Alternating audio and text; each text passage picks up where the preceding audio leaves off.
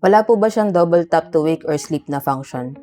Okay, so ang tinatanong niya is all about this phone. No? This is the Xiaomi Redmi A5. And to answer the question po, no, wala siyang double tap to wake or sleep. Pero meron po sa kanya is yung lift to check na function. So ganito siya nag-function. Nakapatay yung screen natin. Pag nilift natin siya, automatic siya nag-wake. Yan. So kung di nyo pa po alam kung paano yan, sige, ituro ko po sa inyo. But before that, kung di pa po kayo familiar sa phone na to, no, this is the Xiaomi Redmi A5. Isa to sa mga budget-friendly entry-level phones in the market right now. Kung naghanap po kayo ng pang-backup phone, pambigay sa kids or parents nyo na casual users lang, no? Mahilig lang sa mga casual games na hindi masyadong heavy graphics, and then browse lang sa social media, call, text. Isa po to sa mga marirecommend ko sa inyo. So anyway, back to the question tayo, no? Paano nga ba yung lift to check na function?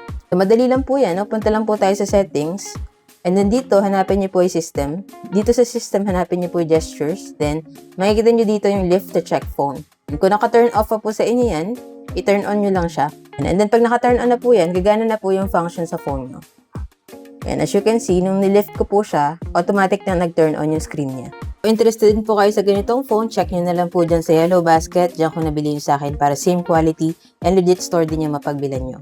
So yun lang, sana nakatulong tong video. If you have any other questions about this phone, just let me know in the comments and follow for more tech content.